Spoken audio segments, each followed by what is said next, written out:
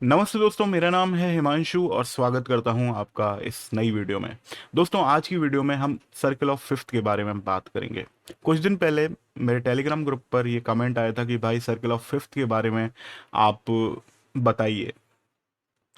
दोस्तों, जब मैंने म्यूज़िक की शुरुआत करी थी तब सर्कल ऑफ फिफ्थ के बारे में मुझको भी नहीं पता था। लेकिन ये बहुत ही अच्छा टूल है। अगर आप कंपोजिशन करना चाहते हो, कॉर्ड प्रोग्रेशन बनाना चाहते हो, तो इसका यूज़ करके आप बहुत अच्छे अच्छे कॉर्ड प्रोग्रेशन बना सकते हो और उन पर बेस्ड कंपोजिशन भी आपकी जो होगी वो बहुत अच्छी होगी। तो आपको मैं बहुत शॉर्ट में बताऊंगा, ज़्यादा टाइम नहीं लूँगा और आपको सर्कल ऑफ फिफ्थ किस तरीके से यूज़ करना है वो समझ में आ जाएगा। तो चलिए चलते हैं कंप्यूटर स्क्रीन की तरफ। आप देख सकते हो मैंने यहाँ पर सर्कल ऑफ फिफ्थ को ओपन किया हुआ है। यहाँ पर जो रेड कलर में आपको कॉर्ड दिख रहे हैं वो मेजर हैं, जो सर्कल के बाहर की तरफ दिए हुए हैं। और जो आपको ग्रीन कलर में दिख रहे हैं वो हैं रिलेटिव माइनर। तो सी मेजर का जो रिलेटिव माइनर है वो है ए माइनर। ऐसे जी मेजर का रिलेटिव माइनर ई है। तो आप देख सकते हो, आपको ये पता लग जाएगा। सारे कॉर्ड यहाँ पर दिए हुए हैं। अब सी से अगर हम जी की तरफ बढ़ते हैं तो अगर आप सी का फिफ्थ कॉर्ड जो होता है वो अगर आप देखोगे सी स्केल में तो वो जी आता है। मैं एक बार आपको एफ एल स्टूडियो की स्क्रीन पर और दिखाता हूँ। यहाँ पर मैंने सी मेजर कॉर्ड के अंदर या स्केल के अंदर जो नोट्स यूज़ करते हैं, मेरा कॉर्ड कहना गलत था, मैं आपको अपने आप को दोबारा करेक्ट करना चाहता हूँ। सी मेजर स्केल के अंदर जो नोट्स आते हैं जी नोट तक, वो मैंने यहाँ पर ड्रॉ किए हुए हैं। तो अगर आप देखो तो first, second, third, fourth, fifth, तो यहाँ पर जो जी है उसकी पोजीशन फिफ्थ है। ऐसे ही अगर हम जी मेजर के अंदर अगर हम फिफ्थ पोजीशन देखेंगे तो वो आती है first, second, third, fourth, fifth, तो डी आती है।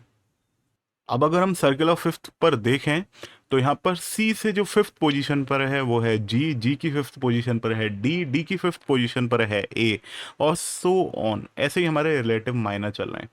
अगर आपने रिलेटिव माइनर का आपको नहीं पता है कंसेप्ट, तो मैंने इसके ऊपर एक थ्योरेटिकल वीडियो बनाई हुई है, बहुत पहले बनाई हुई थी, तो आप वो वीडियो देख लेना।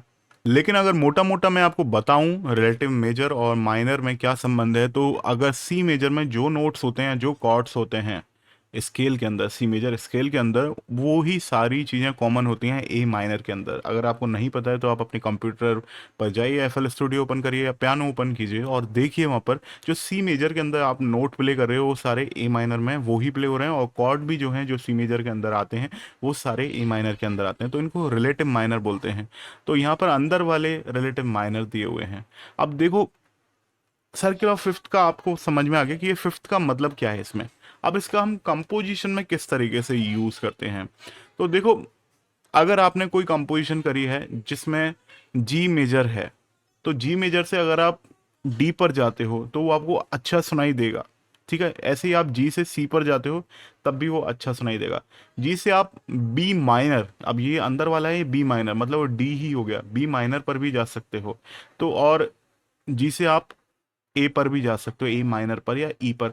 तो अगर आप देखो तो अगर अगर आप जी से अगर ई माइनर पर जा रहे हो या इसके आसपास जा रहे हो, जैसे जी से अगर आप ई माइनर पर गए तो आपको कंपोजिशन में जो आपकी जो चेंजेस है ना, अचानक जो एब्रप्ट चेंजेस है जो कॉर्ड लगाने से होते हैं वो आपको कम सुनाई देगा। जैसे जैसे अगर आप डी पर जाओगे, अगर आपने ई माइनर पर अभी कॉर्ड लगाया, मैं आपको एक बार प्रैक्टिकल करके और दिखाऊंगा इसका, तो आपको वो कंपोजिशन में सहज लगेगी थोड़ी सी। जैसे आप डी पे जाओगे तब वो सहज लगेगी, लेकिन इतनी नहीं होगी जितनी आप ई माइनर पर करके बना पा रहे थे उतनी। ऐसे ही बी माइनर पर, डी मेजर पर आपने समझ गया, ई बी माइनर पर भी आप कर सकते हो। लेकिन जैसे जैसे अगर आप डिस्टेंस बढ़ाते हो यहाँ पर जी से अगर आप ए पर जाते हो तो आपको कंपोजिशन में चेंज बहुत करने पड़ेंगे, तब आपके वो ए पर आ सकता है। तो इसका बेसिकली आप यूज़ करते हो, आप मेजर टू मेजर, अगर आप मेजर कॉर्ड में से अगर आप माइनर कॉर्ड पर आप ट्रांसफॉर्मेशन करना चाह रहे हो तो आप इसका बहुत अच्छे तरीके से यूज़ कर सकते हो। आप थक चुके हो एक ही स्किल में कंपोज करने से, आपको अच्छा नहीं लगता है, तो आप सर्कल ऑफ फिफ्थ का यूज़ करके कॉर्ड प्रोग्रेशन अपने बनाओ।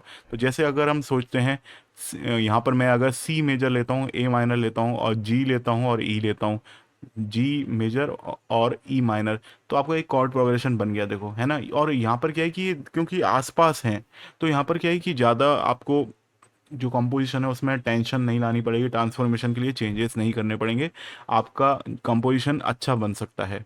अब जितनी दूर आप इस सर्किल में आप डिस्टेंस तय करोगे उतनी ही ज़्यादा आपको कंपोजिशन पर वर्क करना पड़ेगा, और उतना ही आप एक तरीके से चैलेंजिंग मान सकते हो। मैं ये नहीं कहूँगा कि ख़राब रहता है आपको, अगर आप डिस्टेंस कर रहे हो, अगर आप सी से अगर आप ए मेजर पर जा रहे हो तो वो खराब नहीं है। आपको कॉर्ड प्रोग्रेशन आपका अलग बनेगा, लेकिन आपको कंपोजिशन पर बहुत वर्क करना पड़ेगा। तो चलिए अब हम कोई कॉर्ड प्रोग्रेशन बना के देखते हैं। तो जैसे अगर मैं पहला जो कॉर्ड प्रोग्रेशन अगर मैं बनाना चाह रहा हूँ, मैं C major, A minor, G major और ई माइनर इसका बनाना चाह रहा हूँ। अब अगर आप स्क्रीन पर ध्यान से देख रहे हो तो मैंने C major, A minor, G major और ई माइनर कॉर्ड्स को लगाया हुआ है। अब मैं एक बार आपको ये प्ले करके दिखाता हूँ।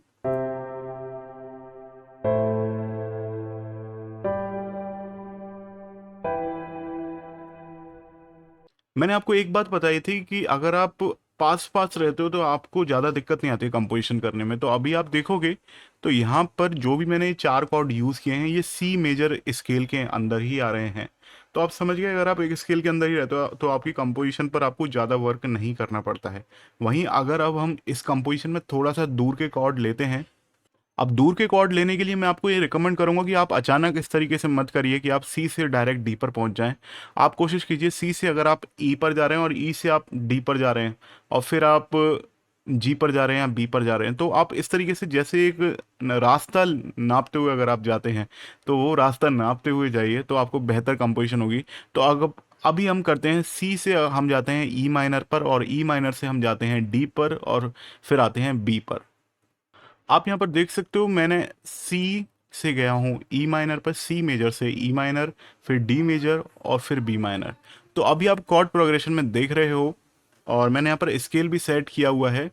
और जूम करके दिखाता हूँ तो यहाँ पर डी पर जाने पर आप देखो कि एक अशुद्ध नोट आ चुका है, तो मतलब अब हम स्केल से हटने लगे हैं। तो यहाँ पर थोड़ा सा कॉर्ड प्रोग्रेशन मैं बता रहा था ना, कंपोजिशन टफ होती जाएगी। अब हम सुनते हैं कॉर्ड प्रोग्रेशन कैसा साउंड कर रहा है।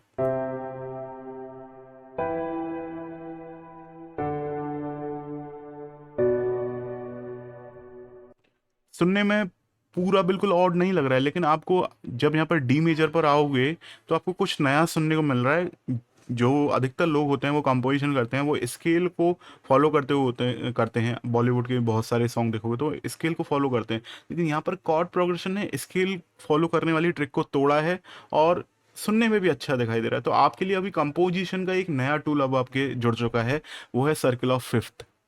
अब यहाँ पर चैलेंज क्या है, यहाँ पर हमको कंपोजिशन पर थोड़ा सा, बिल्कुल थोड़ा सा वर्क ज़्यादा करना पड़ेगा। इतना भी ज़्यादा नहीं करना पड़ेगा क्योंकि अभी हमने ज़्यादा डिस्टेंस तय नहीं करी है।